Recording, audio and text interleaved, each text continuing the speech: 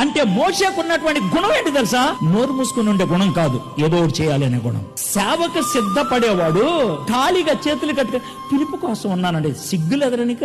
పనిచేసేవాడిని దేవుడు ఉపయోగించుకుంటాడు గాని ఇంట్లో తిని తొంగున్నవాడిని పిలుస్తాడు రా దేవుడా. బైబిల్లో ఖాళీగా ఉన్నవాడిని ఎప్పుడైనా దేవుడు ఎక్కడ పిలిచాడా? మోషే మందర కాస్తుంటే పిలిచాడు, దావీదు గొర్రెలు కాస్తుంటే పిలిచాడు, గిద్యోను గోధుమలు బాగు చేసుకుంటే పిలిచాడు, మత్తయి సుంకము తీసుకుంటుంటే పిలిచాడు, పౌలు శత్రుల్ని చంపుతుంటే పిలిచాడు. పని చేసేవాడిని పిలుస్తాడు దేవుడు, తిని తొంగునేవాడిని కాదు. షాప్కి వెళ్ళావు, ₹2 పెన్ను తీసుకున్నావు, పెన్ను కొనుక్కోగానే ఏం చేస్తావు? రాస్తుందా లేదు చూస్తావు, రాస్తే తీసుకెళ్తావు, రాయిపోతే ఏం చేస్తావు? పడేస్తావు.